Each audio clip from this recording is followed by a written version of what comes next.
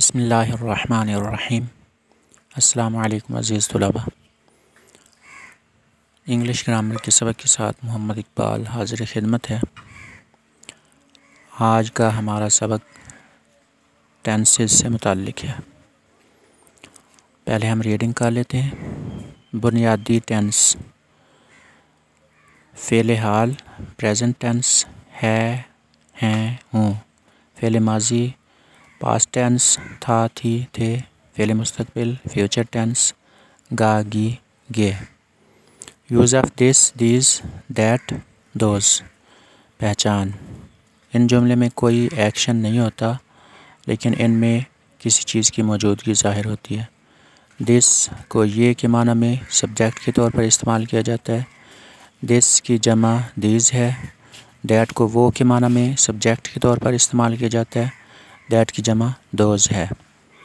Verbs meaning is है, M हूँ, are हैं, हो, वाज था, थी, थे, वर थे।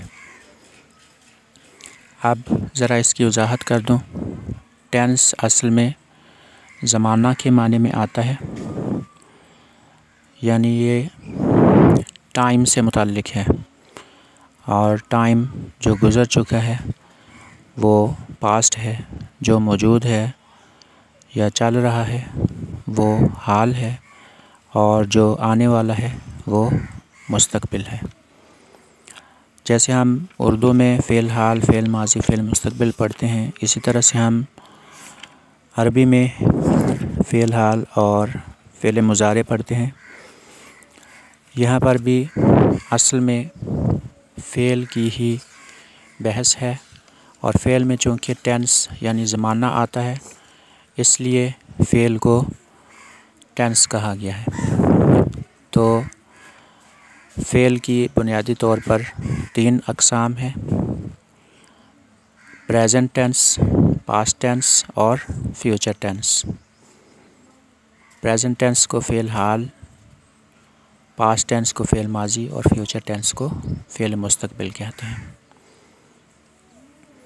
अब इसकी कुछ इनके माना में आने वाले कुछ अल्फाज यहाँ पर ज़िक्र किए गए हैं, या यूँ समझें कि कुछ निशानियाँ हैं इनको पहचानने की, और ये हैं प्रेजेंट टेंस के तर्जुमे में है, हैं, हूँ आता है। पास्ट टेंस के तर्जुमे में था, थी या थे आता है, और फ्यूचर टेंस के तर्जुमे में गा, गी या गे आता है। और यहाँ पर आपको पता है कि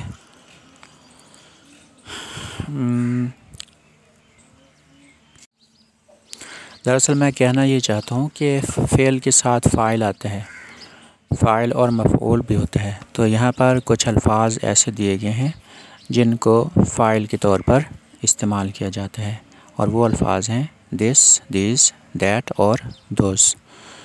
दिस ये, और अगर आप अरबी ग्रामर भी इसके साथ पढ़ रहे हैं तो दिस के लिए हादा आता है। दीज़ ये जमा के लिए है, और दैट का मतलब वो है, जैसे कि हमने ज़ाली का पढ़ा है अरबी ग्रामर में, और दोज़ इसकी जमा है, वो ज़्यादा।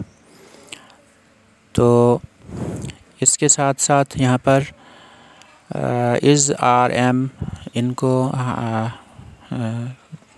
बताया गया, यहाँ पर ज़िक्र किया गया इनका। ये इनको हम अफ़आल नाक़सा कह सकते हैं। जैसे अरबी में काना, सवारा, अस्बह, अमसा, अज़हा, ज़ल्ला, बाता वग़ैरह हैं। तो ये इंग्लिश के अफ़आल नाक़सा हैं। इज़ है, इज़ का मतलब है, एम हूँ, आर हैं या हो। वाज का मतलब था, थी या थे, और वर का मतलब थे, क्यों, यानी ये जमा के लिए इस्तेमाल होता है। ये तमाम अल्फाज दिस, दीज़ और इज़, आर, एम वग़ैरह ये फ़ेल के साथ आम तौर पर इस्तेमाल होते हैं, इसलिए इनको यहाँ पर फ़ेल के ज़ुमरे में बयान किया गया है। आज का सबक इतना ही। अगले सबक तक के लिए अल्लाह हाफ़िज़।